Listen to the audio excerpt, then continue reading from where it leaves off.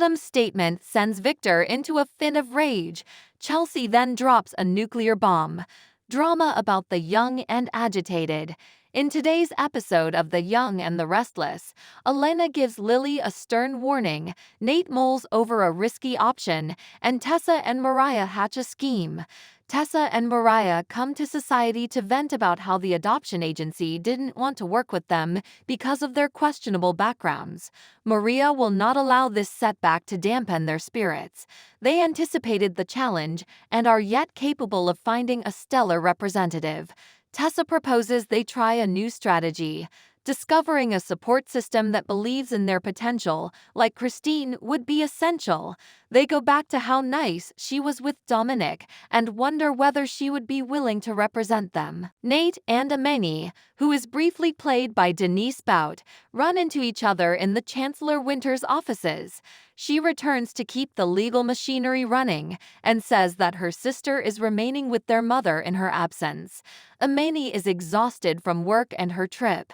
He expects that she has stopped for a meal. When she laughs at that, he offers to buy her lunch and catch her up. It's a fantastic idea, but she has some things to attend to first. To continue their conversation about the podcast, Elena visits Lily's office later. Lily assures her that she already has a dedicated following on AskMD and that she has their full support. Lily sits down with her and asks how she thinks Nate is doing. When asked about how Nate feels about Devon's treatment of him, Elena concedes that he doesn't feel heard or appreciated. Lily has never witnessed anything other than a caring side of Devon, but she does think that their professional styles are different. For the sake of restoring peace between them, she seeks Elena's opinion. Elena admits she has urged Nate to leave the company since he is dissatisfied there, but warns Lily that she may not like what she has to say. Although she agrees with him, Lily is relieved to hear he turned down the proposal. Elena hopes that she will tell him this, but she cautions that if she is expecting Nate and Devon to live together amicably, she may be waiting a long time. This Las Vegas lake has been hiding some grisly mafia secrets, but climate change is revealing them. Imani and Nate eat at Society for lunch. Since she has been absent, she is curious about how things are doing back home. He tells her that things have become worse with Devon. Lily loved Devon's plan for a music festival, but he ultimately nixed it. He has no luck getting his ideas heard. While he appreciates their efforts to coexist amicably, he is growing weary of suppressing his anger. Elena had begged him to leave before the damage is done to his friendship with Devon. She ponders, but you would never do that, right? Adam goes to the ranch to see his dad. He lets Victor know that he has joined Jack at Jabot in the role of co-CEO. Victor assures him that he won't take this as a challenge. The only thing his son wanted was for him to hear it from him. I thought you were done exacting revenge, Victor replies. Adam says he's doing it for his own good, because he's ready to move on, because Jack cares about him and wants him to get over his anger. He did this. The thought of starting a new job at Jabot has not changed Victor's mind. Jack has already attempted to bring him down, but has been unsuccessful.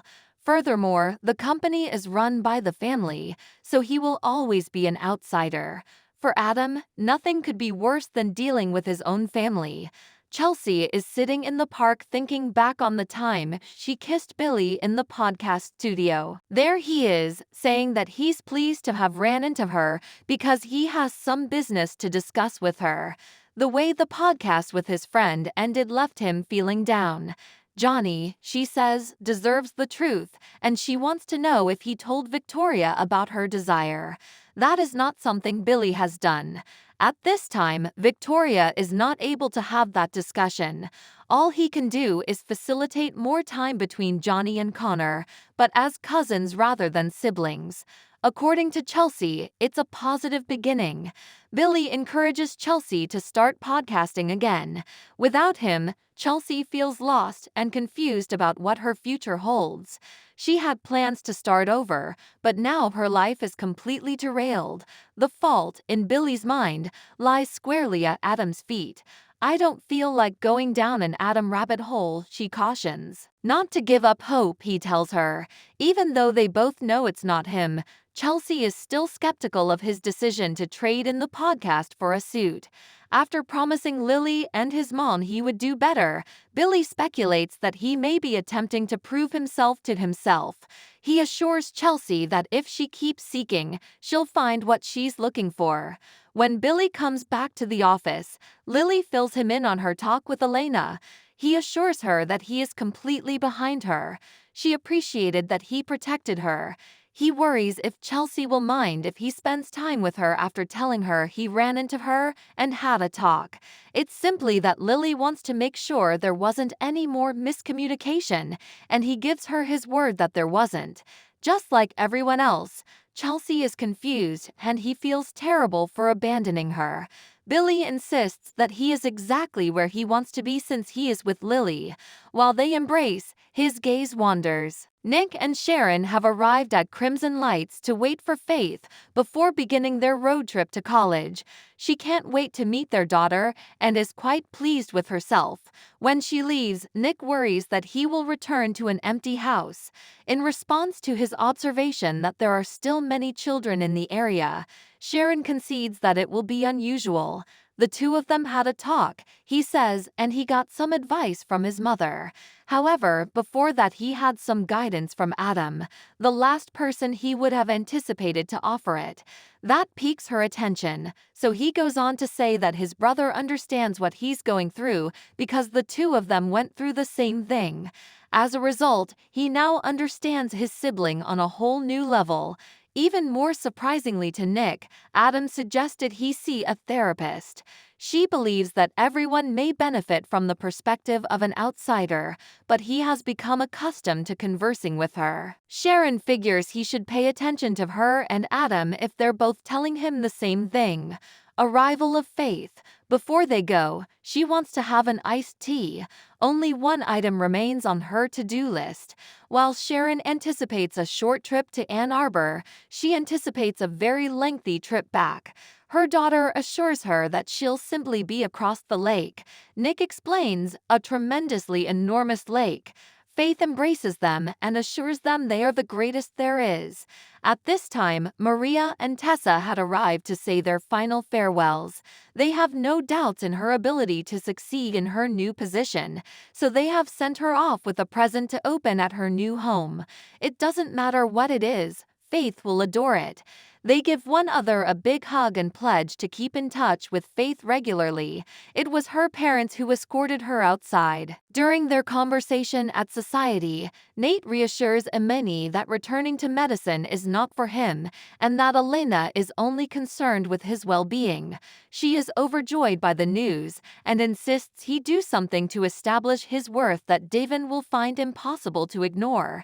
Nate is curious as to her thoughts. Emeni tells him to trust his instincts and take a big risk. While Devon is away, he should prove his worth. Adam at the ranch hopes his dad will see that he's making the right decision by leaving. You are my son. Please come into my life. He hasn't been treated any differently than any of my other children, Victor yells. They've always been treated like family, so he doesn't understand why this is so difficult for him to accept. According to Adam, he's just a unique individual. He finally realizes why his mom shielded him from the Newman traps. Victor gestures at him and boasts that he has never been in a position of disadvantage. Adam hoped his father would be pleased for him that he was starting a business, but he now realizes that was too much to expect. Adam runs across Chelsea at the park when he's just wandering around aimlessly. She utterly blindsides him by saying she wants to visit her mom in Minnesota and take Connor with her.